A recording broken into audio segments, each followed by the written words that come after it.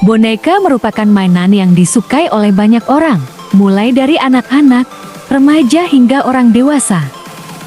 Bentuknya pun macam-macam, tapi ada juga boneka yang haram dalam Islam. Simak ulasan berikut. 7 boneka yang haram dalam Islam. Pertama, boneka santet. Apa itu boneka santet? Boneka santet atau sering juga dikenal dengan nama boneka voodoo adalah sebuah boneka yang terbuat dari karung guni atau kain perca dan dibuat sedemikian rupa supaya mirip dengan orang yang dijadikan sasaran. Bagian-bagian boneka santet Jawa dilengkapi dengan aksesori yang berasal dari korban yang akan disantet. Misalnya, salah satu helai rambut, pakaian, foto, atau aksesoris lainnya. Biasanya, orang yang bisa memakai boneka santet ini adalah dukun yang saat menggunakan boneka itu mengucapkan mantra-mantra khusus. Kedua, jelangkung.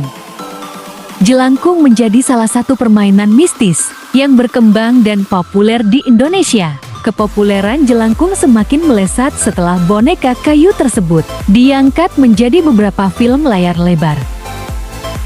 Permainan jelangkung pada umumnya digunakan untuk memanggil roh halus. Permainan ini dilakukan menggunakan media untuk menempatkan sang makhluk halus, seperti batok kepala dengan batang kayu, yang didandani sedemikian rupa seperti orang. Boneka jelangkung biasanya terbuat dari sebuah gayung ar yang umumnya dari tempurung kelapa.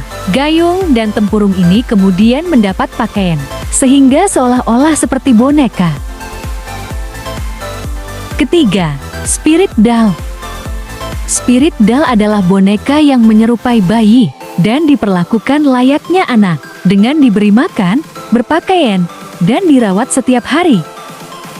Masyarakat Thailand mempercayai jika ada seseorang yang keguguran, lalu merasa sedih dan kehilangan, mereka bisa mengadopsi ini dan memasukkan arwah bayi mereka ke dalam boneka tersebut untuk menghilangkan rasa sedihnya. Dan konon katanya, boneka ini hidup, dia harus diberi susu, diberikan makanan dan diperlakukan layaknya seperti bayi pada umumnya. Di video call saat pemiliknya bepergian, Keempat, boneka arwah. Boneka arwah merupakan boneka yang secara teori dirasuki oleh arwah. Boneka arwah sendiri sejatinya sudah ada sejak zaman dahulu dan biasa digunakan untuk ritual keagamaan. Namun, adopsi boneka arwah kini viral karena banyaknya kalangan selebriti yang melakukan hal tersebut. Kelima, boneka mesin capit. Bukan hanya di perkotaan besar, saat ini mesin capit boneka claw machine sudah beredar di wilayah pedesaan. Biasanya, pengelola menitipkan mesin tersebut di minimarket maupun toko yang banyak dikunjungi anak-anak.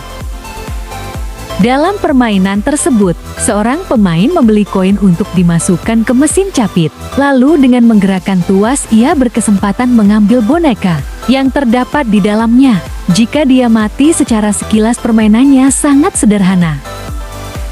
Gandong Fajar Panjalu, dosen Fakultas Agama Islam, Universitas Muhammadiyah Surabaya menegaskan, apabila dikaji secara mendalam, terdapat unsur judi dalam permainan capit boneka tersebut.